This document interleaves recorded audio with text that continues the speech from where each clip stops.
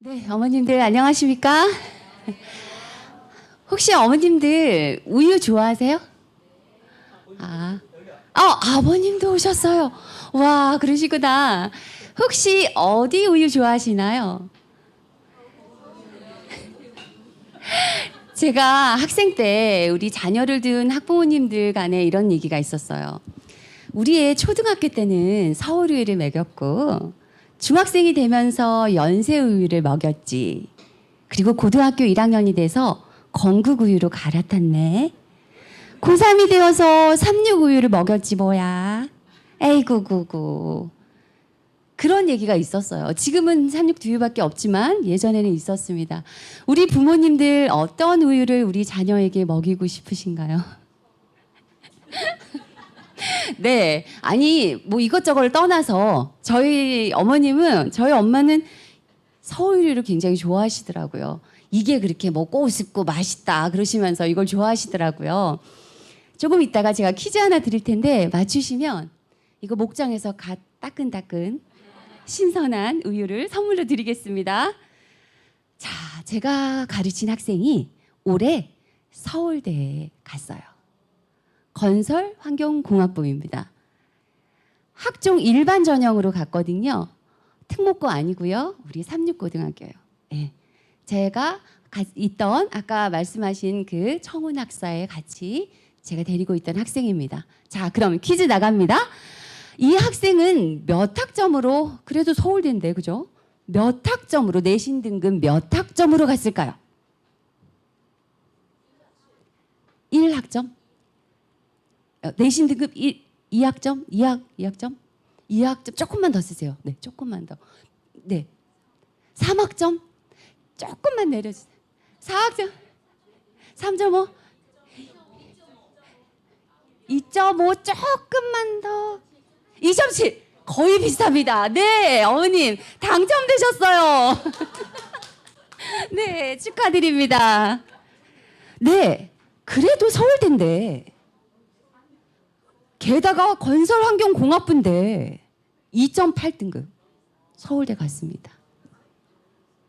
학생 머리가 그렇게 좋은 아이는 아니었어요. 근데 제가 여기서도 명시해놨듯이 슈퍼 성실했어요. 굉장히 성실하고 열심히 하고 게다가 여기에 또 다른 키가 하나 있어요. 대학에서 얘기한 공동교육과정을 수강한 것을 높이 사서 서울대학교에 갔습니다.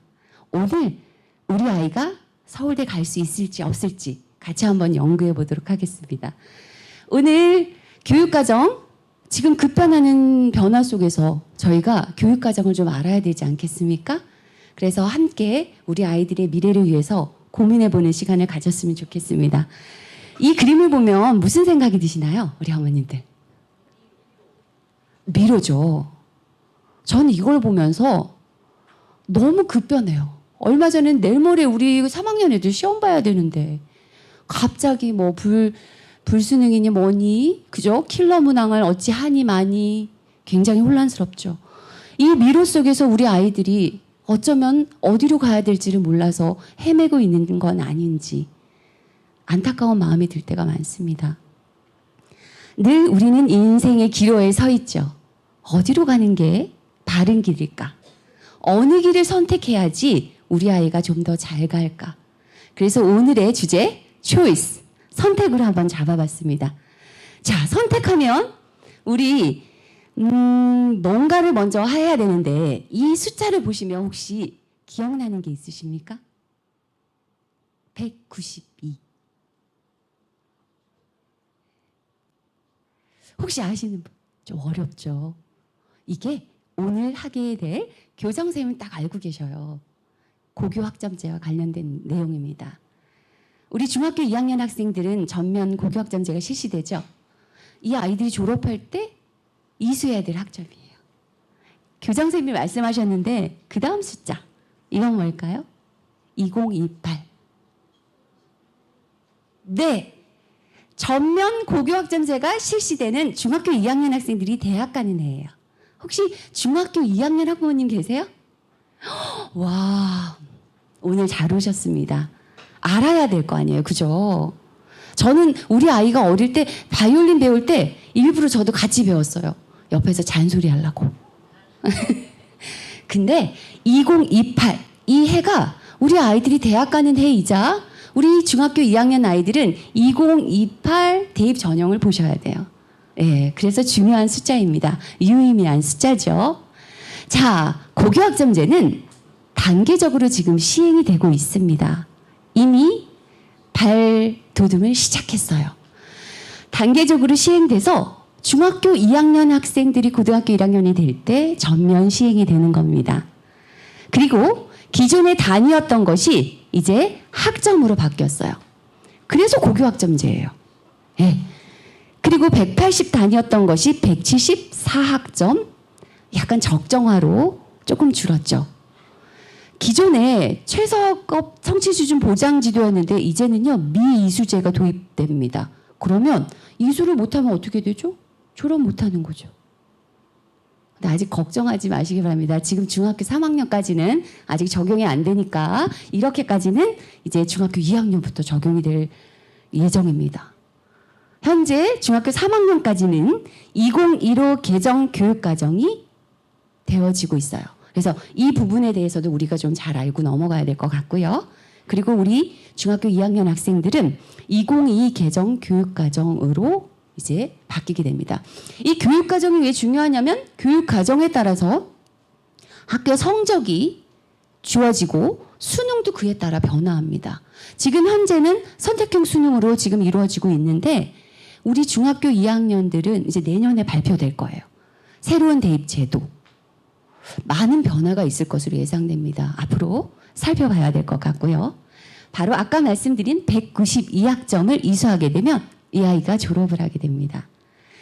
개정 교육과정의 편제표를 좀 보시면 2015 개정 교육과정 지금 중학교 3학년까지 해당이 되고요. 중학교 2학년도 보셔야 될 것이 이걸 통해서 여기에서 약간의 변화가 있지 갑자기 막 뒤 엎어지진 않거든요. 자, 보시면 공통 과목이 있습니다. 그리고 일반 선택 과목이 있고 그리고 크게 진로 선택 과목으로 나눠집니다. 이 공통 과목은 말 그대로 1학년이면 이 정도는 공통적으로 해야지라는 기초 과목에 해당됩니다. 지금 붉은색으로 표시된 것들은 아까 교장 선생님께서 잠깐 언급하셨어요. 9등급제 상대평가가 이루어지는 과목들이고 진로 선택 과목은 이제 지금 중학생들은 아마 그 상대평가가 아니라 절대평가로 지금 하고 있잖아요. 그죠? 그 절대평가가 이루어집니다. 성취율에 따른 세 등급으로만 나눠지는 게 진로 선택이에요.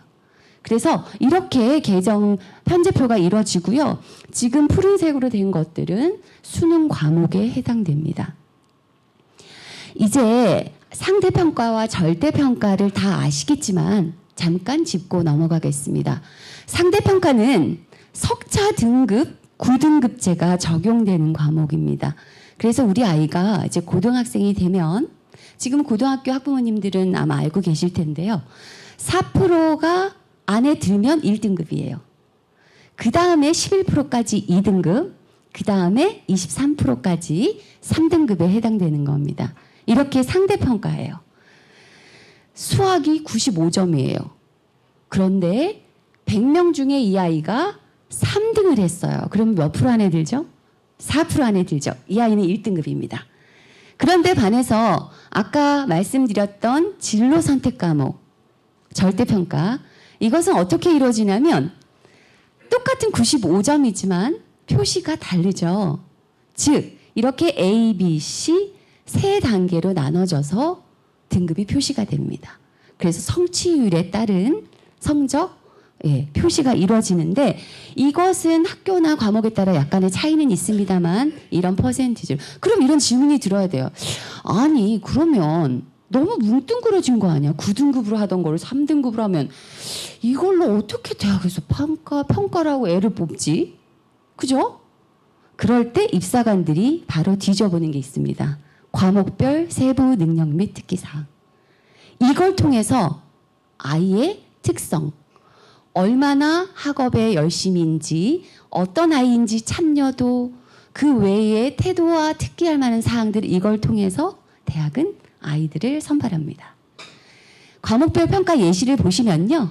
아까 말씀드렸다시피 공통 과목 그리고 일반 선택 과목에서 이렇게 석차 등급이 이루어지고요.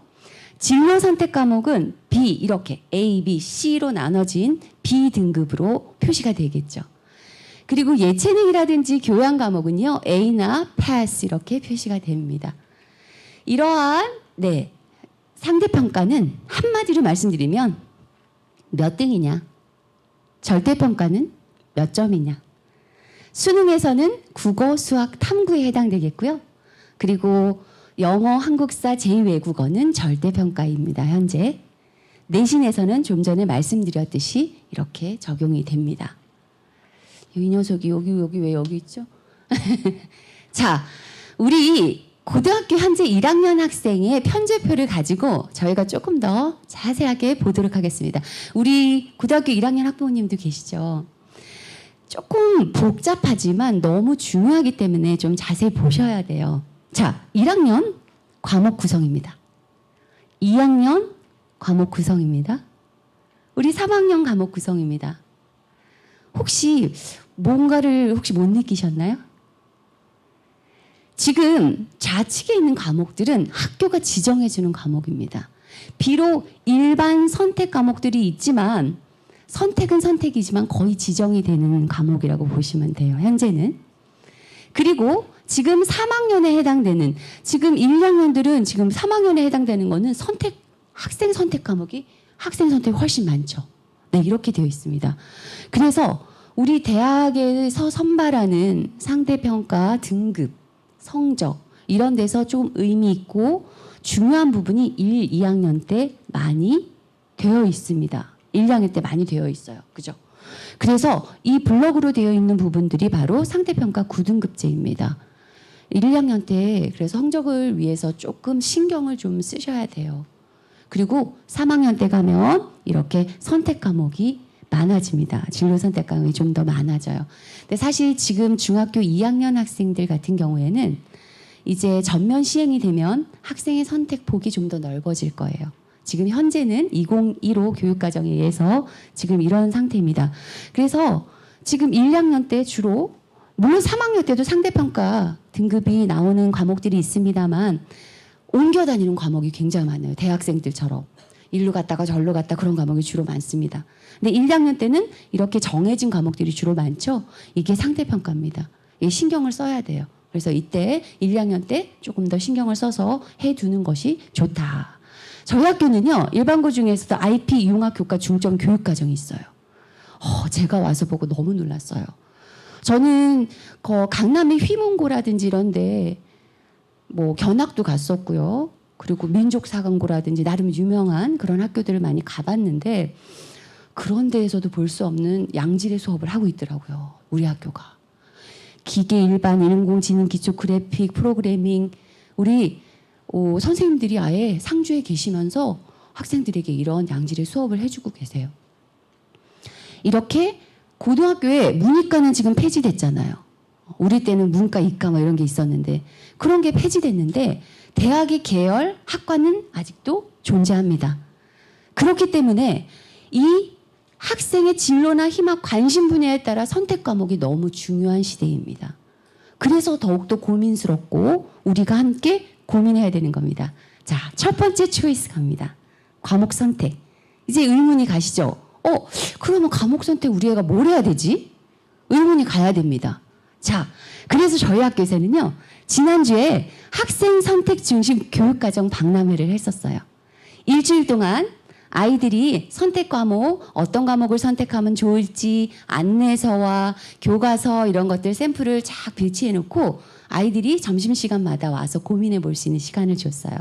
그리고 그것뿐만 아니라 하루는 선생님들이 각 과목 대표 선생님들께서 앉아서 학생들 개별 맞춤 그런 지도, 안내 아이들이 궁금하잖아요. 뭐를 선택해야 될지 그런 걸 안내해주고 있었습니다.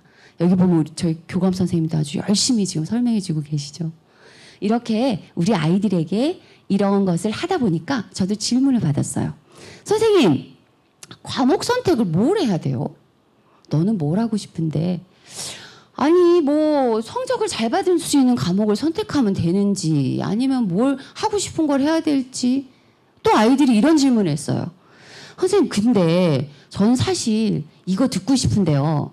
이거 애들이 별로 신청을 안 할 것 같은데. 그러면 이거 등급받기 어려운 과목 선택하면 아무래도 입시에 불리하죠. 그렇죠? 이런 질문 하더라고요. 근데 이런 질문이 비단 우리 아이들의 질문이 아니었어요. 우리 선생님들 중에 나름 입시 전문가인 선생님들 중에서도 저한테 물어보시더라고요. 얼마 전에. 선생님 혹시 소인수 과목 그런 거 하면 애들한테 유리한가요? 불리한가요? 아 이게 선생님들도 궁금할 정도면 좀 궁금하겠구나 그런 생각이 들어서 제가 소인수 과목에 대해서 잠시 설명을 드리겠습니다. 소인수 과목이란 건 우리 아이들이 희망하는 과목을 신청을 해요. 그런데 아이들이 13명 이하의 소수로 이루어진 거예요. 그게 소인수 과목입니다. 근데 소인수 과목은 학생부에 9등급 석차 등급이 기재되지 않아요. 대신에 과목 평균, 원점수, 표준편차, 성취도, 수강자 수가 기록이 되게 돼 있어요. 그리고 이것은 석차 등급이 기재가 안 되니까 학생부 교과 전형에는 반영이 안 돼요. 그래서 아이들이 듣고 싶은 과목을 어떻게 보면 조금 마음 편안하게 내신 부담은 덜고 들을 수 있는 과목이 소인수 과목입니다. 그런데 이거를 대학에서 어떻게 평가하는가 중요하잖아요. 재밌게 즐겁게 들었는데 대학에서 평가 안 해주면 또 마음이 아프잖아요. 이 소인수 과목은 학생부 교과냐 종합이냐에 따라서 바라보는 시각이 다릅니다.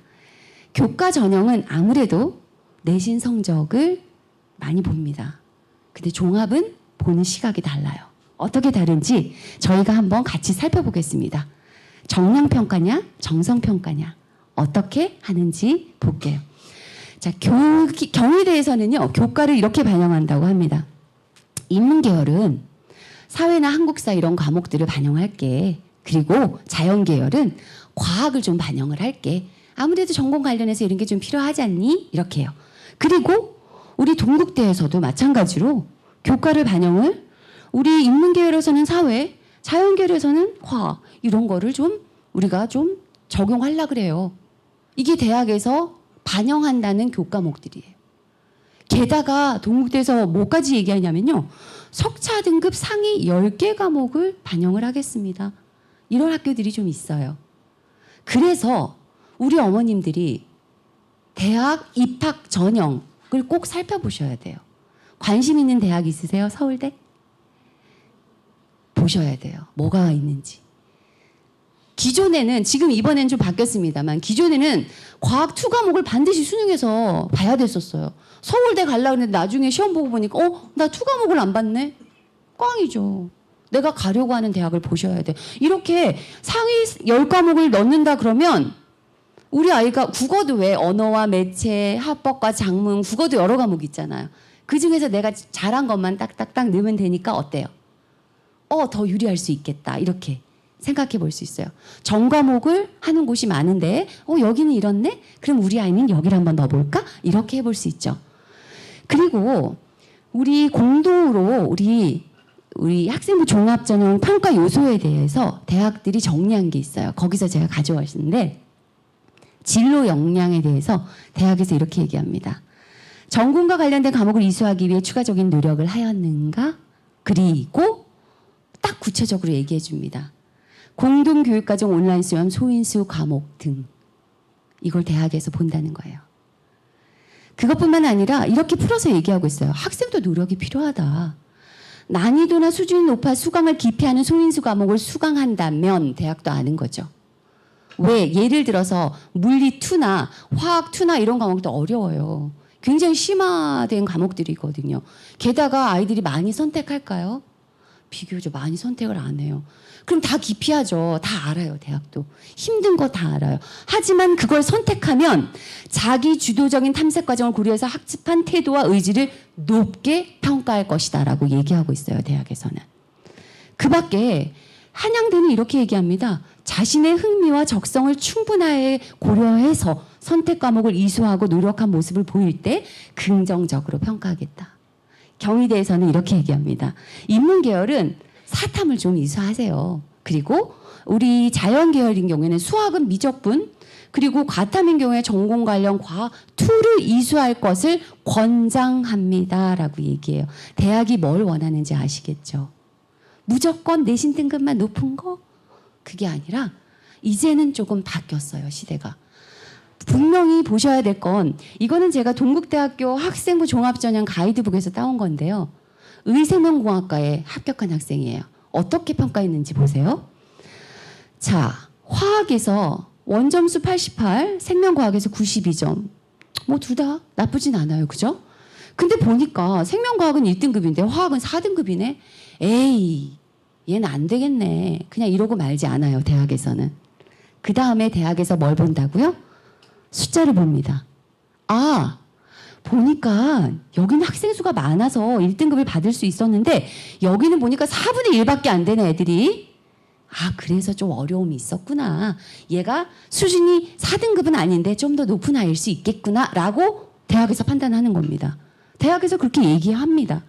그리고 뭐라고 얘기하냐. 물리2 생명과학 2를 이 학생이 신청해서 들었네요. 뭐 그닥 뭐 높은 성적을 안 받았을지라도 대학에서 뭐라고 얘기해요? 우리 의생명공학과는 수학, 화학, 생명, 물리 이런 자연계열 기초 과목이 중요해요. 우리 과에 들어와서 공부하려면.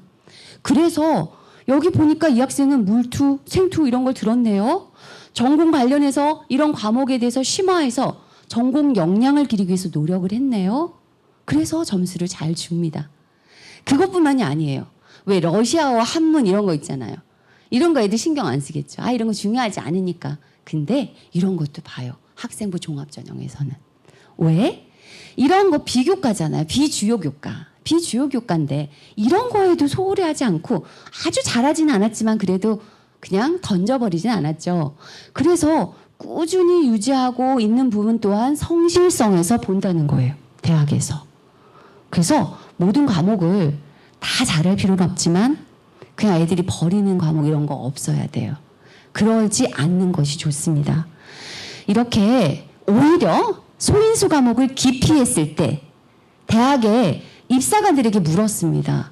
혹시요 이런 과목을 안 선택하면 어떤 감점을 주나요? 이렇게 물었어요. 그랬더니 의학계 지원자가 생명과학 2나 화학 2를 미인수했어. 그러면 얼만큼? 70% 이상이 뭐라고 합니까? 이 주황색이 중대한 감점. 그 다음에 회색이 경미한 감점.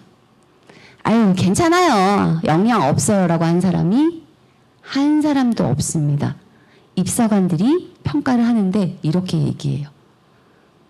예전처럼 아, 어떻게 하면은 내신 잘 따는 거 그냥 눈치 싸움해서 그냥 이렇게 해서 그게 아니라 이 아이가 무엇을 하고자 하고 그 분야에 얼마나 관심 있고 이걸 보여주라는 거예요.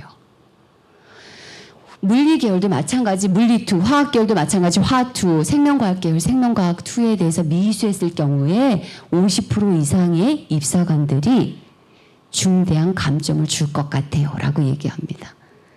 자, 그러면 우리 아이들 어떤 선택을 하면 좋을지 우리 선생님들 가끔 이런 연수가 있어요. 모의 채점? 모의 실험? 모의 채점 해보는 거 있어요. 평가, 모의 평가 해보는 걸 해보는데 대학에 가면 이제 A, B, C 학생을 둡니다. A, B, C 학생을 두고 있어요. 그래서 우리도 가서 여기서 같이 이렇게 평가를 해봐요. 비슷한 성적의 아이들입니다. 그래서 A, B, C 학생이 있으면 저희가 막 1시간 동안 평가를 해봅니다. 그리고 나서 나중에 대학이 딱 어떻게 평가를 했는지 펼칩니다. 근데 기가 막히게 거의 비슷해요. 내가 평가한 거랑 대학이 본 거랑 비슷해요. 근데 거기 평가할 때 옆에 이제 키워드 있거든요. 그래서 제가 이따가 이제 생기부 얘기할 때 이게 말씀을 드릴 건데 입사관들이 좋아하는 키워드 있어요. 무슨 키워드를 딱 치면 그게 탁탁탁탁 블록으로 떠요. 그래서 이 아이는 이런 면에서 이렇구나 이렇게 봅니다. 그리고 이 아이에게 점수를 좀 적게 줬으면 왜 적게 줬는지 기록하는 게 있어요. 지금 이게 그런 거거든요. 여기가 지금 자연계열 바이오 관련 학과인데요. AB 학생들은 좀 좋은 점수를 받아서 AB 학생은 합격을 했어요. 근데 C 학생은 보통 점수를 받아서 이제 불합격한 상황인데 지금 바이오 관련 학과라서 이 학생들은 2 과목들을 다 많이 들었어요. 근데 지금 이 학생은 보시면요. 3학년 소수 과목인 화학 2를 미수강했다라고 나와요. 이 학교에는 보니까 화학 2가 개설이 되는데 얘는 안 들었네. 우리 바이오 관련 너무 중요한데. 아유, 안 되겠다. 얘는 여기 관심이 없네. 안 되겠네. 뭐 이렇게 평가를 합니다. 그리고 여기는 지금 지리 관련 학과인데 AB 학생들이 우수하게 이 두 학생은 세계지리, 한국지리, 그리고 여행지리, 이래서 지리 과목을 많이 들었어요. 근데 지금 C 학생 같은 경우에는요, 이 학생은 세계지리 하나만 들었거든요. 그랬더니 전공 관련 과목 수강 노력이 잘 드러나지 않은, 이게 평가 항목이 있었어요. 입사관이 평가한 겁니다. 그래서 우리가 이제는 우리가 좋아하는 서울대학교 한번 봐야 되지 않겠습니까? 서울대학에서 뭘 발표를 하면 우후죽순으로 다른 대학이 막 따라서 하게 돼 있어요. 그래서 서울대학을 한번 봤는데, 아니 저는 역사가 좋은데 동아시아 듣고 싶은데요. 동아시아사를 듣고 싶은데 애들이 몇 명 없네요. 보니까 윤리원사상 80명은 저게 난 거 아니에요? 라고 질문을 했어요. 어떻게 하죠? 서울대학교에서 뭐라 그래요? 현재의 나보다 발전할 수 있는 배움의 기회라면 어려운 과목, 소인수 과목에도 망설이지 말고 도전하여 수강하기 바랍니다. 라고.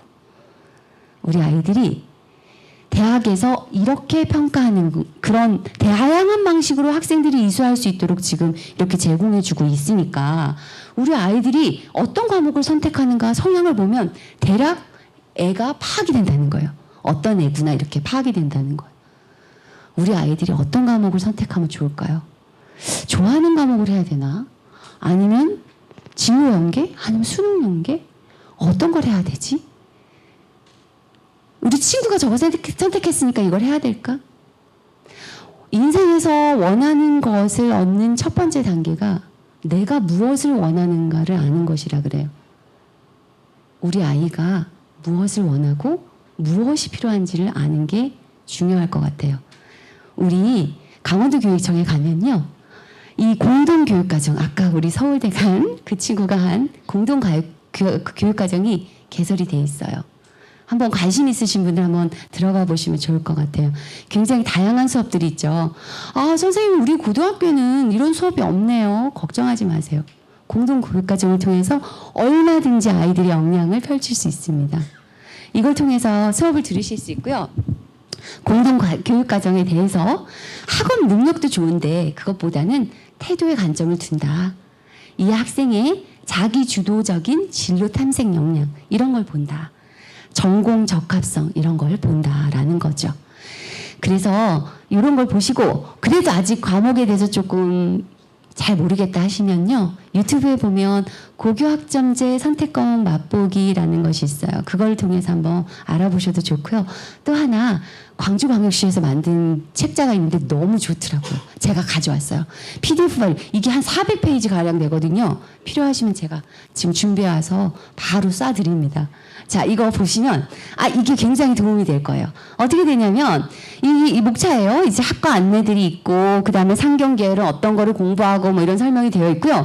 예를 들어서 경영학과 보시면 이 과에 대한 설명이 있어요. 관련 학과, 그리고 개설 대학까지 나와 있고, 그리고 중요한 거 여기에 졸업 후 진출 분야 물론 나와 있고요. 요거 어머님들이 궁금해하시는 과목 선택, 어떤 과목을 하면 좋아요, 권장 과목까지 나와 있어요. 괜찮죠? 자료가 너무 좋아서 이거 아마 참고해 보시면 좋을 것 같아요. 너무 분량이 많아서 그거 소개하는데도 시간이 될 것 같아요. 이거는 그냥 잠깐만 이렇게 수의학과 같은 경우에는 개설대학이 많지 않거든요. 개설대학이 뭐가 있고 이런 것까지 다 정리가 돼 있으니까 참 좋은 자료 같아서 가져왔습니다. 자, 이제 choose to, 두 번째 선택으로 갑니다. 이제는 우리 아이들의 적성에 따라서 뭔가를 선택하고 이제는 전형을 선택해야 될 것 같아요. 대학은 전형이 되게 많아요. 생각보다 되게 복잡해요. 전형이란 뭘까요? 대학 입학 전형이란 자중지능 이론에 의해서 언어 능력이 뛰어난지, 공간 능력이 뛰어난지, 신체 능력이 뛰어난지, 어떤 쪽이 더 뛰어나지, 어느 아이가 우수하지, 저울질합니다. 대학에서. 이 저울질을 한자어로 전형이라 그래요. 이 아이의 학업 역량이나 아니면 진로 역량이나 아니면 공동체 역량이나 이 역량을 다 따져보면서 이 학생은 학업 역량에 중심을 둬야 되겠구나. 이 영역으로 학생을 선발하고요. 그러면 이런 전형을 하면 되고요. 아, 우리 애는 실기를 잘해. 실기 역량 전형. 그 외에 우리 아이는 학교 생활을 너무 열심히 잘해. 물론 조금 학업 능력이 조금 부족하긴 하지만 그래도 이런 모든 걸 다 잘하는 아이야 라고 하면 학생부 종합 전형. 이게 크게 봐서 다입니다. 조금 더 간단하게 설명드리자면요. 교과 전형은요. 내신 성적으로 뽑는다. 물론 추가적으로 알파들이 있습니다만 한마디로 그냥 정리해드리면 학생부 종합은 서류와 면접, 논술은 논술, 실기는 실기, 수능 위주는 수능 성적으로 뽑는다. 이렇게 하시면 조금 쉽겠죠. 네. 이게 전형 다입니다. 큰 틀로 보면 우리 학생들의 학령 인구가 점점점 줄어들고 있어요. 2020년부터는 거의 뭐 확 떨어졌죠. 근데 여기 잠깐 좀 올라갔네요. 이게 무슨 애일까요? 황금 돼지띠. 아니 뭔 놈의 황금만 나오면 왜 이렇게 많이 낳냐고 애들을. 어쨌든 잠깐 올라갔지만 지금 이렇게 학년 인구가 점점점 떨어지고 있어요. 그래서 올해 고3들 보면 41만 3천 명 정도? 대학이 지금 이게 4년제 대학이고 전문대인데요. 뭐 전체 대학으로 봤을 때 대학이 뽑는 숫자들보다 우리 3학년 애들이 더 적네요. 대학 가고 싶으면 다 가요. 지금은. 근데 어디 가느냐가 중요하지. 그죠? 여전히 인기 대학, 좋은 대학은 왜 이렇게 치열한지. 게다가 우리 3학년 애들만 있을까요? 아, 맞아요. 이놈의 재수생들이 이렇게 많아. 32%. 올해는 어떨까요? 이거 작년에 31%. 올해는 어떨까요? 얼마 전에 6월 모평 봤었잖아요. 그날 제가 그 기사를 따가지고 왔어요. 뭐라고 얘기하느냐. 97학년도 수능 이후 27년 만에 최고치를 달성할 거라는 전망. 올해 어마어마할 것 같습니다. 앞으로 자꾸 바뀐다 그러니까 불안하니까 막 빨리빨리 막. 이렇습니다. 정보의 오류. 자, 아니 정시가 좀 늘었다던데요. 아, 우리 애들 중에 이런 친구들 있어요. 딱 고등학교 1학년 때 중간고사를 보고 나면 아, 선생님 이번에 망쳤어요. 저는 안 되나 봐요. 아무래도 수능 봐서 정시로 갈까 봐요. 이래요. 그런 애들 되게 많거든요. 아니 애들만 그런 거 아니에요. 학부모님들도 저한테 전화 와서 아무래도 우리 애는 그냥 정시 해야 되겠죠. 정시가 어느 정도인지 보실까요? 저기 특목고 친구들 있죠. 너무 치열하니까 내신 성적 따기 힘들잖아요. 그 친구들 여기 와요. 정시. 제 학생 중에는. 아니면 N수생들. 제 제자 중에서 서울대 컴퓨터공학과 갔거든요. 여학생인데 그쪽이 뛰어나요. 근데 갑자기 제 대학교 4학년 때 저한테 찾아왔어요. 선생님, 아무래도 제가 의료 쪽에 다시 관심이 생겨서 의대 가야 되겠어요. 재수하더라고요. 의대 갔어요. 이렇게 이런 애들이 여기 있어요. 근데 몇 프로밖에 못 뽑는지 아세요? 여전히 22%밖에 안 뽑아요. 어때요? 피 터지겠죠? 정시하실 거예요? 아, 뛰어난 애들 중엔 정시가 맞는 애들도 있긴 해요. 우리 보면 수능은 재수생과 함께하는 전국 상태 평가. 보시면 서울 경기권에 이거 한국사로 이거를 하거든요. 이 숫자를 셀 때 1교시 왜 보고 왜 포기각서 쓰고 집에 가는 애들은 안 쳐요. 한국사까지 해야지 수능. 그러니까 이거 제대로 된 유의미한 숫자들 봤을 때 이제 수도권이 55%예요. 이제 이렇게 보시면 이게 등급이에요. 아까 말씀드렸죠. 4% 이내는 1등급 이게 등급인데 표준 점수를 봤을 때 100점이 기준이거든요. 크게 200 범위에서 이제 주요 과목은 100점, 이제 탐구 과목은 50점인데 어쨌든 이 표준 점수 100점을 기준으로 봤을 때 이 위에가 잘하는 친구, 이 밑에가 조금 이보다 좀 낮은 친구들 이런데 우리 아까 말했던 그 재수생, N수생들이 어디가 있을까요? 여기 밑에 깔아주면 좋겠는데. 근데 꼭 서울대 간 놈들이 의대 간다고 재수하고 그리고 뭐 우리 친구들 중에 우리 학생들 중에는 고대 갔는데 그 서울대 그 면접 그게 아쉬워서 이러고 또 그런 애들이 여기 있다는 게 문제예요. 근데 여러분 3등급까지 되려면 전체 몇 프로가 돼야 된다고요? 23%. 나머지 4등급부터 9등급까지가 77%예요. 우리 애가 4등급 받았으면 잘한 거예요? 잘한 거예요, 우리 애기들. 40% 안에 든 거예요? 잘 본 거예요. 이런데 여기에서 이렇게 해가지고 싸워가지고 1, 2, 3등급 쉽지 않습니다. 사실은. 우리 애기들 집에 가서 안아주고 토닥토닥 해주세요. 정말 잘하는 거예요, 이거. 수능은요, 영역별로 장기간 꾸준한 대비가 필요합니다. 그렇다고 우리가 수능을 안 할 수는 없고 그걸로만 대학 가기가 이렇게 힘들다는 걸 말씀드리는 거예요. 대학 수학능력시험은 아까 잠시 언급드렸듯이 국어, 수학, 탐구가 9등급 상대평가제고요. 그리고 영어, 한국사, 제2외국어가 절대평가입니다. 절대평가 여기는 9등급제예요. 아까 진로 선택하고는 조금 구분을 하셔야 됩니다. 상대평가란 것은 말씀드렸듯이 4%, 7%, 12%, 3등급까지 되려면 23% 안에 들어야 돼요. 전체. 영어를 기준으로 보시면 절대평가 90점, 80점 이상이면 2등급이에요. 70점 이상이면 3등급. 누이 좋고 매부 좋고 니도 잘하고 나도 잘하고 우리 다 같이 잘해도 괜찮아요. 영어는. 상대평가가 아니니까. 네, 이렇게 됩니다. 근데 대학별로 학과 응시 과목을 좀 지정해 놓은 곳들이 있어요. 예를 들면 미적분 기하 중 하나는 택해라. 확률과 통계를 좀 택해라. 뭐 이런 학교도 두 군데가 있고요. 과학 탐구를 좀 택했으면 좋겠어. 이런 데가 있고요. 대학별로. 네. 이런 것들이 이제 수능 체제 개편에 따라서 수능 선택 과목을 지정해 놓는 건데 이런 것들도 왜 중요하냐면 그래서 전형을 보시라는 거예요. 대학이 뭘 원하는지 내가 원하는 대학이 왜냐면 이게 지원 자격이자 수능 최저 조건으로 명시하는 곳들이 있기 때문에 그래요. 특별히 상위권 대학은 그래요. 수학은 미적분 기하 가탐은 두 과목을 지정해 놓고 이렇게 하기 때문에 이런 것도 살펴보셔야 되는데 근데 사실 교육부에서는요. 올해 초에 나온 자료인데요. 아니 문이과도 폐지했고 애들 보고 마음대로 선택하라며. 근데 이렇게 과목을 지정하고 제한하는 게 이게 맞냐. 아직도 논의 중에 있습니다. 논란이 많아요. 그래서 2025년 대입 전형부터는 좀 변화가 있을 것 같습니다. 앞으로 추이를 함께 살펴보시면 좋을 것 같고요. 우리 대입 수능 성적을 잠시 분석해 드릴게요. 우리 아이들이 어떤 과목을 어떻게 해야 되고 신경을 써야 되는지. 자, 여기 국어예요. 작년 수능 국어 점수인데 여기가 1, 2, 3, 4, 5, 6도 이렇게 되는데요. 보면 국어는 2, 3, 4등급에 굉장히 많은 아이들이 분포가 되어 있죠. 여기에 많이 쏠려 있어요. 아이들이. 그래서 국어 같은 경우에는 3등급을 받으려면 원점수 82점, 86점, 표준점수 아까 100을 기준으로 했을 때 117 정도.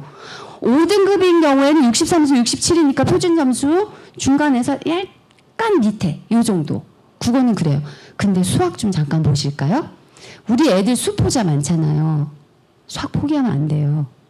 수학은 점수가 이렇게 넓게 퍼져 있어요. 아이들이. 심지어는요, 여기 6, 7, 8등급의 애들이 엄청 많네요. 수학은 몇 점 맞으면 66점에서 70점만 맞아도 3등급인데가 표준 점수 보실까요? 국어보다 더 높아? 네. 게다가 수학이 31점만 넘어도 5등급은 가요. 포기하면 안 돼요, 수학도. 이거 중요해요, 우리 아이들. 게다가 제가 영어라서 하는 말씀은 아니고요. 우리 영어 쉽진 않아요. 하지만 우리 수능 최저가 있잖아요. 왜 대학들마다. 최저를 맞추는데 영어를 좀 활용해 보시면 어떨까 싶어요. 영어는 그래도 예측이 가능하거든요. 아이들이 평소에 보는 모의고사로는 예측을 할 수가 없어요. 그러나 영어는 가능해요. 왜? 절대평가니까. 자, 보실까요? 영어 같은 경우에는요.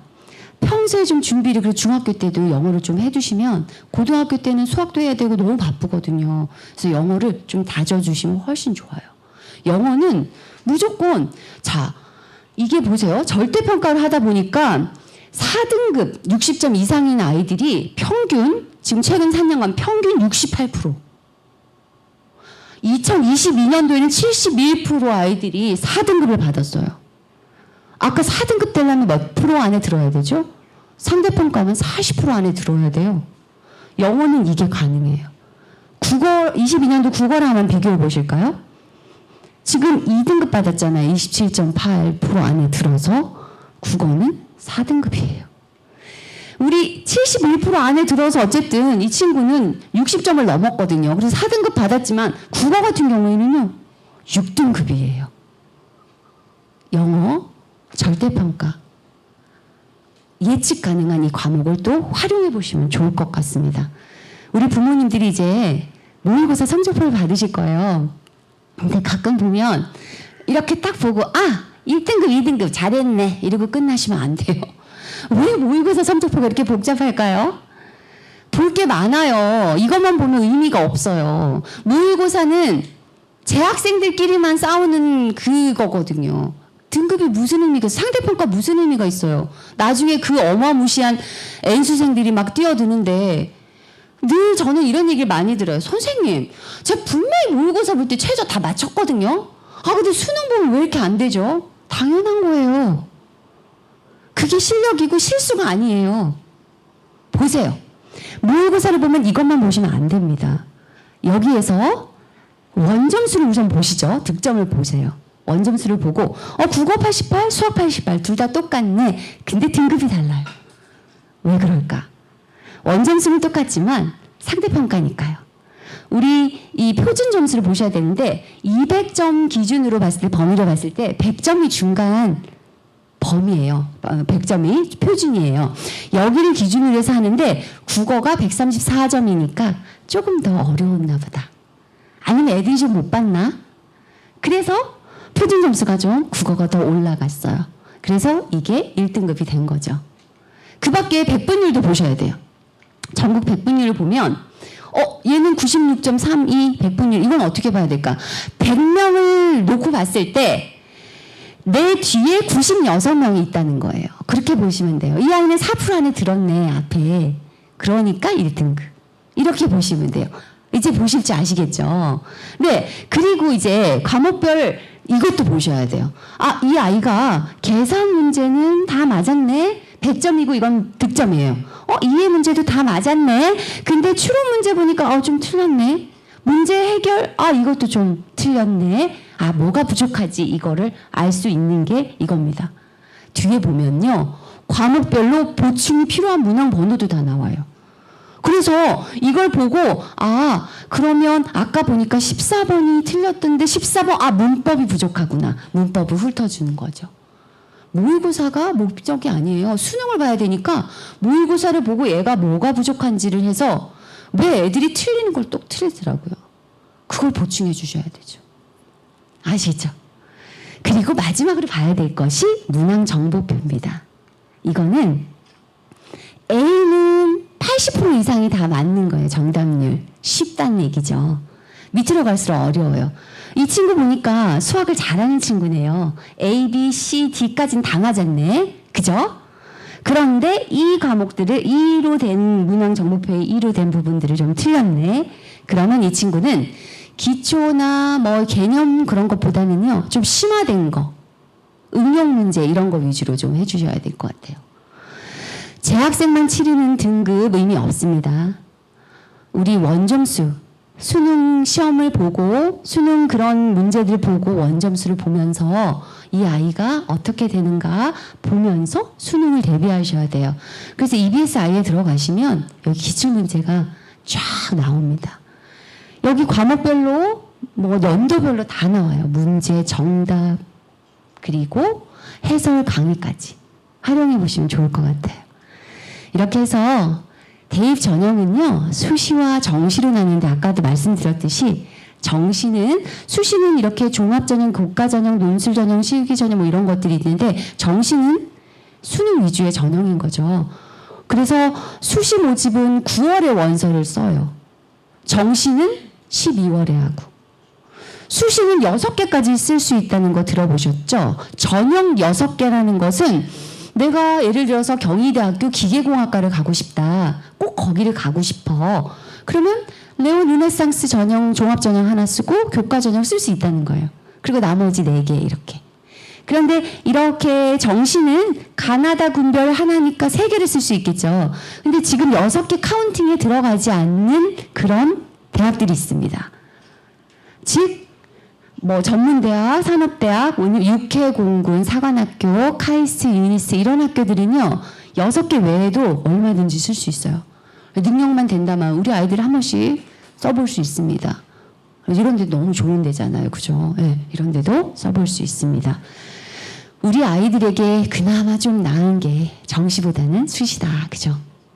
자, 수시 중에서도 교과전형하고 종합전형은 조금 구분하시고 준비를 하셔야 될 것 같아요.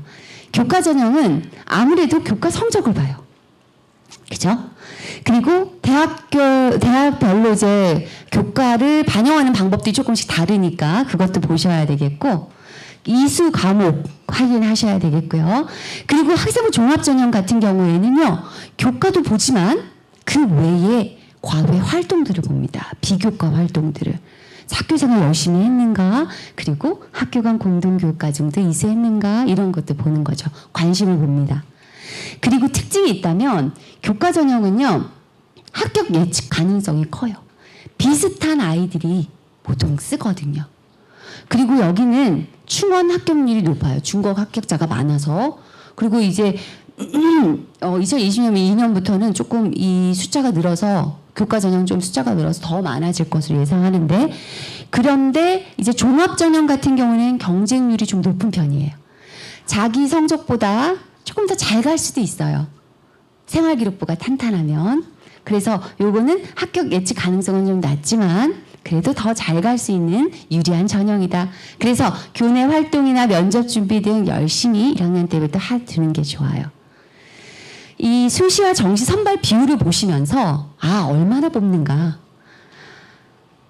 수시는요, 수도권에서는 64.4%, 정시는 35%, 비수도권에서는 88%. 이거 거점 대학을 중심으로 말씀드리는 건데 이렇게 많이 뽑습니다.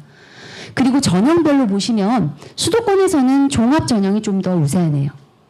그런데 우리 비수도권 거점대학 중심으로 보면 교과가 조금 더 많이 뽑습니다. 이거는 이제 올해 대입으로 맞춰서 말씀드린 거예요. 우리가 눈여겨볼 전형 중에 또 하나가 교과 전형인데 지역 균형 선발이에요. 이거는 학교장 추천 전형 선발이에요. 학교장 추천 전형인데 이게 조금 많이 늘어나고 있는 추세고요. 수도권에 있는 대학들이 실시를 하고, 누구를 위한 전형이냐? 우리를 위한 전형, 지방에 있는 학생들을 위한 전형이라고 보시면 돼요. 근데 교과 전형이면 성적만 보나요? 라고 생각할 수 있는데 보세요. 교과 종합 서류 이런 게 원래는 학생부 종합 전형에 포함되는 것들이 교과에도 나옵니다. 융합형 교과 전형이라고 볼 수 있죠. 대학별로 이런 것들이 차이가 있고 면접도 물론 되어 있죠. 그래서 학교장 추천 전형하고 우리 지역 인재 전형이라고 들어보셨을 거예요. 여기 조금 주가지가 조금 다른데요. 이 학교장 추천 전형은 수도권 소재 대학들이 하는 거고요. 지역 인재 전형은 비수도권 대학에 있는 대학이 하는 거예요. 대상이. 그리고 어떤 아이들이 지원할 수 있냐면 학교당 추천 인원이 제한이 있어요. 그래서 학교에서 몇 프로 안에 들고 뭐 이런 친구들이 원하면 지원할 수가 있는데, 이 지역 인재 전형은 그 대학이 있는 그 지역에 있는 학생들을 위한 전형. 두 개가 장점, 뭐 공통점이랄까? 그거는 지방 학생을 위한, 지방 학생들끼리 지방 학생들에게 유리한 전형이다. 그래서 이 두 전형은 조금 고려해 보실 필요가 있어요. 예. 그리고 이 수시에서 특별히 학교장 추천 전형, 교과 전형에서는요, 사실은 수능 최저가 중요해요. 수능 최저가 대부분이 있죠. 없는 학교들도 있긴 한데, 수능 최저가 어느 정도인가 볼까요? 뭐 이건 대표적으로 몇 학교들을 가져왔는데, 인문계에서는요, 3합 4다라고 하면 이게 경희대 한의학과 꽤 높죠. 3합 4다라고 하면 3개 과목을 4등급 이내에 해야 돼요. 그래서 1, 1, 2 뭐 이 정도 해야 된다는 얘기고, 우리 자연계에서는 뭐 3합 8이다. 홍익대 예를 들어서 그러면 2등급 아니면 3등급은 해야 된다라는 거죠. 합쳐서 8등급 이렇게 돼야 되는 거죠. 이렇게 나름 세죠. 네. 교과 전형의 관건은 수능 최저라는 게 왜 그러느냐면, 대략 경쟁률이 8대1이에요. 근데 이걸 충족한 학생이 한 40% 안팎밖에 안 돼요. 그러니까 수능 열심히 내신과 함께 실력을 향상해야 돼요. 이게 되면 실질 경쟁률은 3대1이라는 거죠. 그러다 보면 충원율이 아까 뭐라고 말씀드렸죠? 많이 있다 그랬죠. 200%. 15명을 뽑는 학과라면 15명 끝나고 그 다음에 예비 번호 10몇 번이라도 충분히 합격하고도 남는 이런 충원율. 그리고 최저 기준을 충족하는 학생만 가지고 보면 3분의 2는 합격한다는 거예요. 그러니까 최저를, 그리고 2022년부터는 아까 뭐라고 말씀드렸죠? 선발 인원이 늘었으니까 또 중복 학생도 있을 것이고. 그러니까 그래서 아까 봤잖아요. 한양대는 선생님 체제 없네요. 우리 애 한양대 그냥 넣으면 안 될까? 넣어도 되는데 경쟁이 어마어마합니다. 최저가 없는 데는 오히려 경쟁률이 너무 세요. 그러다 보니까 이게 평균 등급이에요. 최저가 없어요. 어마무시하죠. 거의 넘사벽에 가까운. 네. 그래서 최저 없는 거라고 무조건 좋아하실 건 아니고요. 올해 주요 변경 사항들인데 고려대는 요즘에 대신에 최저가 조금 완화가 많이 되고 있어요. 그래서 켜강대 같은 경우는 전과목 반영하고 성균관대는 사탐 하나 반영하고 중앙대는 영어 2등급도 1등급하고 똑같이 반영을 해주고 경희대, 숙명여대는 이제 진로 과목에 대한 얘기를 해주고요. 가장 큰 변화 중에 하나가 아까 서울대 잠시 언급을 해드렸는데요. 서울대가 직위에서 반드시 투 과목을 하나를 반드시 넣게 했는데 올해 그걸 풀었어요. 그래서 과탐 완 과목도 가능하게 그렇게 됐어요. 근데 사실 이게 큰 변화가 없고요. 이게 이런 전형 변화가 보긴 봐야 돼요. 그러나 입결에 미친 영향이 그렇게 큰 건 아니에요. 전체 흐름은 잘 보시면 돼요. 자, 그러면 우리 정량평가하고 정성평가 잠깐 보고 갈게요. 우리 학생들이 이제 성적을 받았어요. 이 두 학생 다 참 훌륭한 학생이네요. A 학생은 1등급, 평균 1등급. B 학생은 1.4등급. 어때요? 어느 학생이 더 우수합니까? 교과 전형이라면 A 학생이 반드시 우수하게 돼 있어요. 예. 근데 여기서 과세특을 잠시 보실게요. 성실하고 차분하게 수업을 잘 듣는 학생. 굉장히 일반적이죠. 여기는 논리적인 이해력이 타의 추정을 불허하며 입사관이 좋아하는 말이 다 있어요. 막 논리적이고 막 우수하고 막 이런 거. 어느 학생이 더 매력적이에요?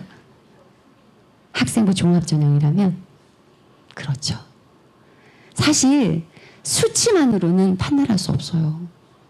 내신 선생님 제가 저보다 낮았는데 쟤는 합격했는데 저는 왜 떨어졌어요? 뭐 이런 친구들도 있거든요. 지금 입시가 그래서 연구하고 어머님들이 이렇게 열심을 가지고 있는 만큼 우리 아이의 대학 레벨이 바뀌어요. 정시에도 심지어는 학생부 교과 활동을 이렇게 듣는데요. 웃기죠? 정시에도. 정시에서 왜 정성평가를 하나요? 예전에는 안 그랬는데 왜 그러나요? 자신의 진로와 흥미를 통해 과목을 선택하는 고교학점제 취지를 살리기 위한 것이다. 대학에서도 나름 원하는 부분인 겁니다. 이렇게 대학은 학생부를요, 기존의 학업 능력 전공 적합성을 학업 역량 진로 역량으로 이렇게 바꿨고요. 그리고 발전 가능성 인성을 함께 묶어서 공동체 역량으로 평가 항목을 조금 축소했습니다. 평가는 다 같아요. 다 하는데 약간 이렇게 축소했다는 거. 학생부를 이렇게 평가한다는 거. 그리고 학생부에서 많이 없어졌잖아요. 예전에 있던 수상 경력 이런 것도 없어지고 지금 고등학교 3학년 같은 경우에 보시면 다 없어졌어요. 근데 행동 및 종합 의견은 있죠. 담임 선생님이 기록하시는 거. 이게 없어진 추천서 역할을 하는 거예요. 근데 여러분이 주목하셔야 될 거 바로 이겁니다. 과목당 500자 교과 활동, 과목별 세부 능력의 특기사항.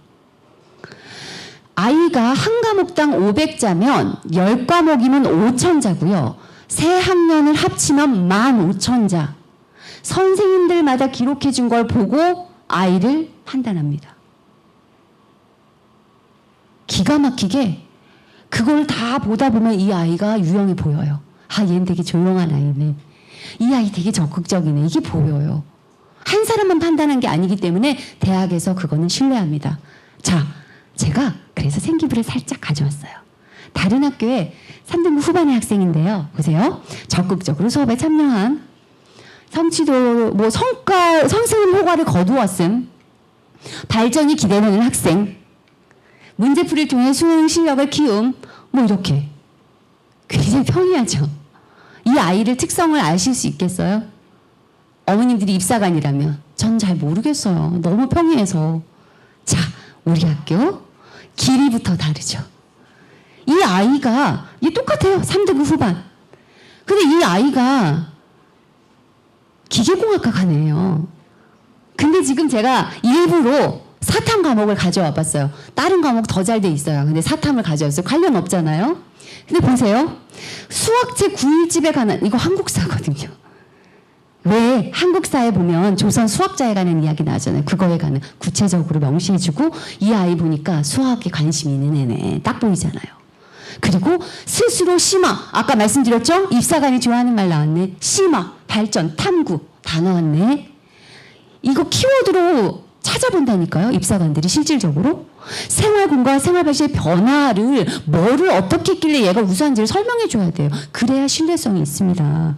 실감나게 제시하고요. 자신의 관심 분야 관련 조사로 심화하고요. 이거 좋아하는 말 다 나오잖아요. 그죠? 제도적 해결책을 말함. 해결책까지 제시하는 아이. 이 아이 어때요? 저라면 이 아이 뽑을 것 같은데요. 네. 그렇습니다. 이렇게 중요한 과제특 저희는 이렇게 해주고 있어요. 우리 어머님들, 우리 학생들 고등학생 되면 어디가를 꼭 활용해 보시면 좋을 것 같아요. 아이들 성적표 거기에다 이렇게 넣잖아요. 그러면 아이들 회원 가입해서 우리 고3 아이들 다 하고 있거든요. 자기가 어느 정도 수준인지도 나오고 대학에 대한 정보도 탐색할 수 있고 굉장히 좋습니다. 그래서 여기를 통해서 대입 상담, 온라인 상담도 할 수 있어요. 그리고 여기 보면 평가 기준 결과 공개 이런 거 다 볼 수 있어요. 그리고 혹시 필요하시면 제가 이것 자료도 드릴까 해요. 이거는 한눈에 딱 볼 수 있게 올해 입시 요강인데요. 여기 딱 버튼을 누르잖아요. 그럼 대학이 쫙 나옵니다. 내가 원하는데 동국대 한번 볼까? 딱 누르면 동국대 입시 요강 쫙 뜹니다. 괜찮죠? 이 자료도 드릴게요. 그리고 3년간의 주요 입결 자료. 이것도 딱 누르잖아요. 그럼 어디를 보고 싶지? 동국대 아까 작년 자료를 한번 봐야 되겠다. 딱 누르면 입결 자료 쫙. 너무 편하죠. 일일이 막 입학처 들어가서 막 찾아보고 안 해도 되게끔 네, 이 자료도 제가 제공해 드릴게요. 근데 우리 아이가 아직 중학생이라서 뭐가 적성에 맞는지 모르겠어요. 그러면 커리어넷이라는 곳을 이용해 보세요. 여기에서요. 진로 심리 검사도 하실 수 있습니다. 이 아이가 그리고 앞으로 전망 있는 학과나 전망 직업 정보까지 보실 수가 있으니까 너무 좋을 거예요. 그래서 우리 아이가 뭐가 맞는지 알아야 될 거 아니에요. 그죠? 이거 이용해 보시면 참 좋을 것 같아요. 초이스 3 이제 마지막. 우리 중학교 학부모님들 고민 많이 되시죠? 고등학교 어떻게 보내야 되지? 저도 고민 많이 했던 것 같아요. 사실 학교 선택이 중요합니다. 자, 고등학교 3학년 스케줄 잠깐 함께 보실게요. 제가 고3 담임인데요. 우리 아이들 스케줄 보세요. 올해 3월 학력평가, 중간고사, 모의고사, 기말고사, 중간고사, 모의고사. 어마무시하죠. 너무 바빠요. 3학년 때 되면 뭔 활동을 하기도 겁나요. 막 성적 내신도 해야 되죠. 이것도 해야 되죠. 어디를 원서 쓸지 고민도 해야 되죠. 예전에 자소서 쓸 때는요. 지금 자소서 쓰나 막 머리 방학 내내 머리 터지고 이때 학부모님들이 좀 도와주셔야 되고 그랬어요.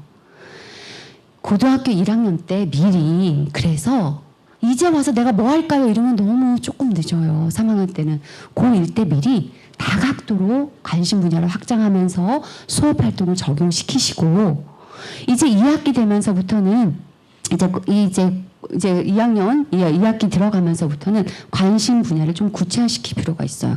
그래서 관심 분야를 딱 설정하고 그 다음에 선택 집중 확장하고 그 다음에 수시 전략으로 갈 수 있도록 이렇게 해 나가야 돼요.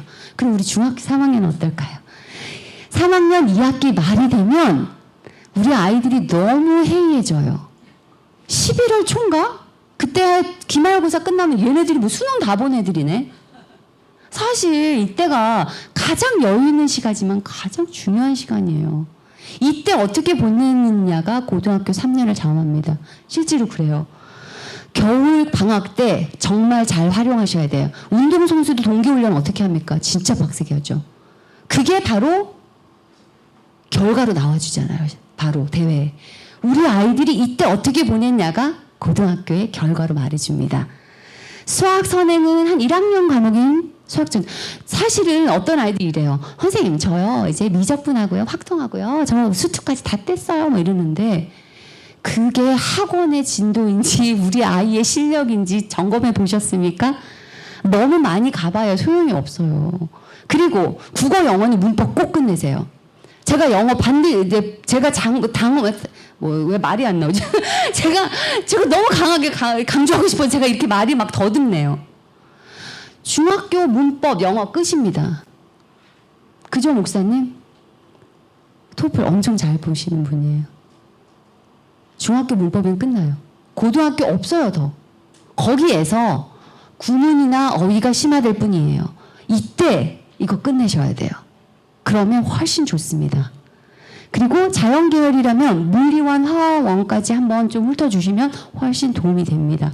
근데 우리 애가요 중학교 때 전교에서 필요 없어요. 고등학교 성적이 아니에요. 좀 달라지더라고요. 똑같이 유지하는 아이들도 있지만 안 그래요. 이거 중요합니다. 고등학교 적응 언제부터 해야 돼요? 중3 말부터 하면서 방학 때 학교와 친해져. 아까 교장선생님 너무 중요한 말씀 하셨어요. 애들 앉아있는 거 엉덩이 무거워지는 훈련부터 해야 된다고요. 저희 학교에서 해드려요. 저희 학교에 지원하시면 저희가 아이들 방학 때 딱 지금 웃을 일이 아니에요. 우리 애가 어떤 아이가 방학 동안에 지금 기숙학원을 가겠대. 근데 기숙학원이 일반 기숙학원이 아니라 자기 주도학습 자습시키는 자습 전문 학원이 있어요. 얼마인 줄 아세요? 350만 원. 저희 공짜로 해드려요. 밥도 먹여줄 때도 있는데. 우리가 진짜 자기주도학습을 하나와 안 하나에 달라요. 제가 상위권 고시원에 있었다 그랬잖아요. 우리 아이들 보면 생각보다 중학교 때 성적이 높았는데 공부한 애들이 별로 없어요. 중학생들이잖아요. 머리는 좋았어. 그래서 중학교 때는 성적이 괜찮아. 고등학교 왔는데 엉덩이 안 붙이고 있는 아이들이 성적이 나오기 힘들어요. 자기주도학습이 너무 중요합니다. 이때 훈련시켜야 돼요. 그리고 과외나 학원 이런 거 있잖아요. 자기주도학습이 너무 중요하다고 계속 말씀드리잖아요. 여기 학원에 너무 많이 몰려있으면 애가 자기 공부할 시간이 없어요. 이거 너무 중요하고요. 고등학교 가기 전에 진로 진학. 지금 어머님들 너무 잘 오셨어요. 이런 팁을 한번 고민해 보시고 아이와 의논한 사람과 안 한 사람은 천지 차이죠. 그리고 선행보다는 중학교 때 배운 거 개념 위주로 해서 꼭 그걸 정리해 주셔야 돼요. 그래야 고등학교 와서 슬퍼자가 안 생겨요. 그걸 해주시고요. 우리 고등학교를 선택을 위해서 궁금하시잖아요. 비교할 그 방법이 없잖아요. 학교 알림 이용하시면 돼요. 여기 가면 학교별로 평가 어떻게 하고 학교별로 성취도 결과도 다 나와요. 여기에서 예를 들어서 어머님 보시면 이 학교 보니까 평균 70점이네? 그럼 어떤 생각하세요? 시험 난이도가 좀 낮나 보다. 아니면 애들이 수준이 높은가? 이렇게 보시면 안 돼요. 이때 보셔야 될 게 표준 편차예요. 표준 편차를 보셔야지 제대로 알 수 있어요. 표준 편차를 보면 보통 15점에서 20점 요 정도가 평균이에요. 그런데 표준 편차가 그보다 훨씬 낮으면 비슷한 실력 애들이 막 몰려 있다는 거예요. 엄청 치열하다는 거죠. 경쟁이 너무 치열해서 우리 아이가 삐집고 들어갈 자리가 없을 수도 있어요. 대신에 표준 편차가 좀 넓잖아요. 좀 크잖아요. 이 숫자가 크면 학업 역량 차이가 큰, 즉 학생들이 이렇게 성적이 넓게 분포가 돼 있다는 거. 단점은 아무래도 조금 낮은 친구들이 있고 하면 연합 분위기가 조금 조성이 안 될 수도 있겠죠. 그러나 좋은 점도 있어요. 우리 애가 조금만 열심히 하면 삐집고 들어갈 자리가 많아요. 그런 장점이 있습니다. 이걸로 비교해 드릴게요. 자, 평균만 보시면 안 된다는 게 이게 그래요. A 고등학교, 예를 들어서 평균이 80점. B 고등학교 83점. B 고등학교가 여기가 좀 더 잘하네. 이렇게만 하시면 안 되고 우리 애가 가서 경쟁을 해야 되잖아요. 여기 표준 편차를 보면 A고는 8.9, B 고등학교는 15.8. A 고등학교는 그만큼 치열하다는 걸 알 수 있습니다. 이렇게 비교하셔야 돼요. 우리 동해시는 어떨까? 한번 제가 가져와 봤어요. 우리 1학년 애들. 자, 국어를 한번 볼까요? 부평고 18점 얼마, 부평여고 15점 얼마, 무코고 19점 얼마, 광희고 16.1, 369 29.7. 어떻습니까? 우리 동해 369는 넓게 퍼져 있어요. 아이들의 성적 분포가. 우리 수시 경쟁률 보시면요. 27.3, 27점, 28점, 29점. 중앙대가 원래 경쟁률이 좀 세요. 그래서 평균 20.59대. 이게 어느 정도냐면요. 어느 학과에서 5명을 뽑는다라고 하면은 100명 중에 5명 뽑는다는 얘기예요. 경쟁률이 이렇게 치열해요. 근데 우리 자매대학 교과 우수자 전형은 똑같아요. 19.41 거의 비슷하죠. 근데 우리 목회자 추천 전형 몇 대 몇이에요? 2.8대 1. 2명만 제끼면 돼요. 인서울이 가능한 이유가 여기에 있습니다. 우리 아이들 이거 원래 급비인데요. 제가 몰래 가져왔어요. 지금 고등학교 1학년 아이들 입학 중학교 석차 백분율이에요. 여기 100%에 가까울수록에 조금 깔아주는 친구들이라고 보시면 돼요. 어때요?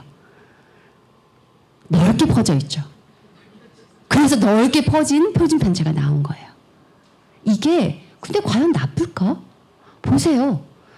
어머님들이 생각하실 때 우리 아이가 늘 어디 가나 1등할 아이들은 어디 가나 1등 하면 돼요. 그냥 선택할 필요도 없어요. 늘 내 아이는 정말 우수해. 어디 가나 괜찮아. 특목고 가도 되고 아무 데 가도 돼요. 그런데 우리 아이가 여기 있었는데 조금 열심히 하면 여기 올 수 있고 여기 올 수 있고 여기 올 수 있는 틈이 너무 많기 때문에 명문고 있잖아요.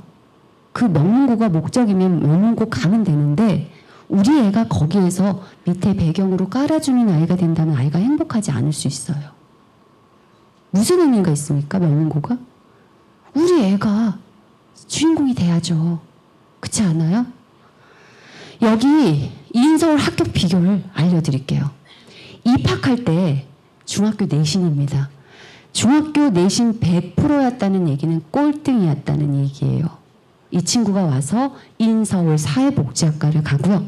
저희 학교는 81% 학생이 식품영양학과, 63%는 지능정보융합 이런 데를 저희는 실제로 보내주고 있습니다.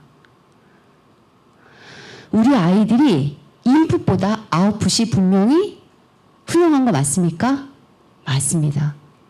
그리고 우리 아이들이 이렇게 진학 결과를 낳아주고 있어요. 그래서 4년제 진학률이 63% 넘어요. 실제로. 그리고 또 대학별로 보시면 이렇게 교대도 굉장히 많은 수 아이들이 갔어요. 교대에 올해도 교대에 준비하고 있는 아이가 있고요.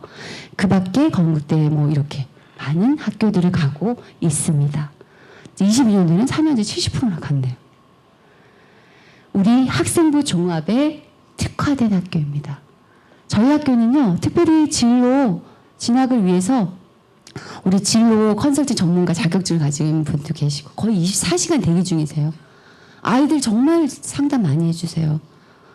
애들이 조금 담임선생님하고 하다가도 또 고민되면 또 가서 또 상담하고 거의 20시간 대기, 밤 11시까지 대기하고 계시니까요. 그리고 그 밖에 이런 여러 가지 미래 인재반 가보신 분들은 알겠지만 왠지 카페 안 갔잖아요. 이렇게 저희가 준비해 놓고 제가 일일이 다 말씀 안 드리, 이거 다 할 시간이 없어요, 저희가. 너무 많은 프로그램들, 너무 잘된 것들이 많습니다. 우리 아이들 왜 이틀수 메가스티 엄청 비싸잖아요. 그거 무료로 지원해주고 있어요. 공부하고자 하는 아이들에게는 계속 밤에 심야 야간 특강도 하고 있고요. 아이들 멘토멘티를 통해서 서로 토론하면서 서로 사실은 내가 알고 있는 것보다 가르치면 완전히 내 거 되는 거 아시죠? 그렇게 하고 있어요. 자기주도 학습 아무리 강조해도 지나치지 않아요. 그래서 제가 가져왔어요. 우리 애 중에서 정말 열심히 밤 11시까지 매일마다 하루도 빠짐없이 하는 애가 있어요. 우리 선생님들도 너무 훌륭하죠. 우리 연구부장님은요. 아예 여기서 살림 차린 것 같아. 아침에도 일찍 오시고요.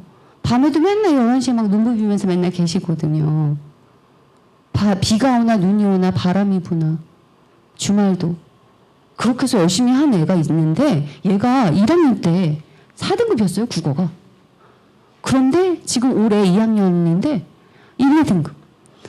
지금 영어는 원래 조금 괜찮았어요. 영어는 좀 괜찮았는데 계속 1등을 유지하고 있고요. 수학도 보세요. 3등급이었는데 1등. 가능해요. 우리 아이도 가능해요. 특별한 애 아니에요. 그냥 보통 애예요. 열심히 하니까 이게 나오더라고요. 고등학교는 자기주도 학습이 너무 중요합니다. 제가 청운학사에서 가르쳤던 애들 중에서도 서울대 가고 이렇게 간 애들 중에 대부분이 자기주도 학습이 잘 된 아이들이었어요. 학원만 맨날 뺑이 치는 애들 점수 안 나와요. 학생부 종합전형이 특화된 학교. 인문교육에도 제가 일로 다 말을 할 수가 없어요. 여기다 다 기록을 못해요. 그냥 이렇게만 그냥 보여드리고 말아야 되겠다. 너무 많아가지고. 자연공학도, 스템이라든지 소프트웨어, 이거 너무 잘 돼 있어요.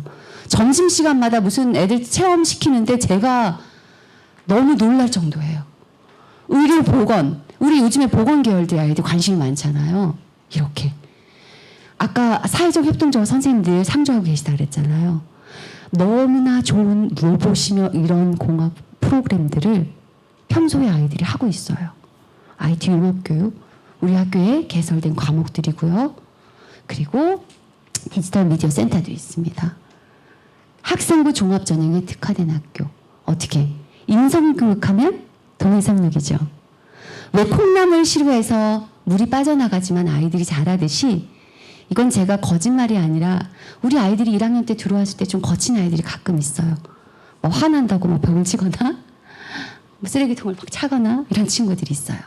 이상하게 고등학교 3학년쯤 되면서 애가 얼굴이 바뀌어요. 순화가 돼. 왜 이렇게 부드러워졌지? 애들이 이뻐져요. 그리고 아이들이 행복해해요.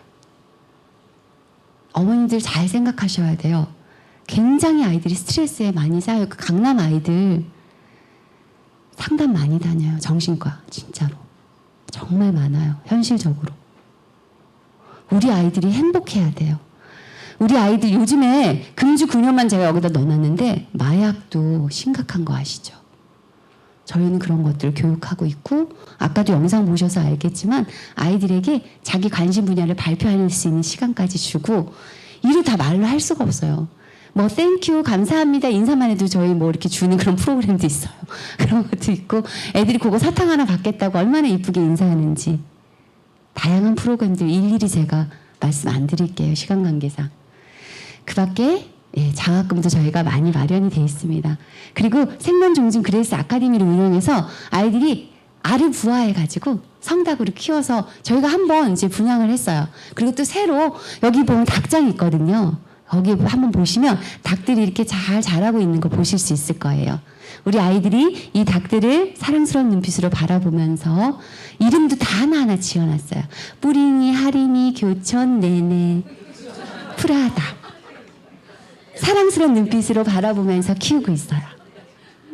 그리고 우리 아이들 이렇게 식물도 키우고 있고요. 우리 아이들이 행복한 학교입니다. 우리 아이들이 가는 길이 이렇게 하나의 길로 쫙 펼쳐져서 고민 없이 쫙 평탄대로 가면 얼마나 좋을까요? 그죠? 그러지 않아서 참 우리는 선택을 늘 해야 되는데 물어보세요. 우리 아이들에게 각자 우리 아이가 내가 주인공이 되는 학교인가? 종합전형에 대한 준비가 잘 되어 있는가? 그리고 인서울에 대한 약속을 할 수 있는가? 네. 특별반이 구성되어 있는가? 물어보시기 바랍니다. 대학 입시를 위한 지원 시스템이 있는가? 저희는 4단계로 이렇게 아이들을 지원해주고 있습니다. 우리 여러분들이 선택한 학교 동해삼립고등학교가 우리 아이들 여러분의 꿈을 응원합니다. 감사합니다.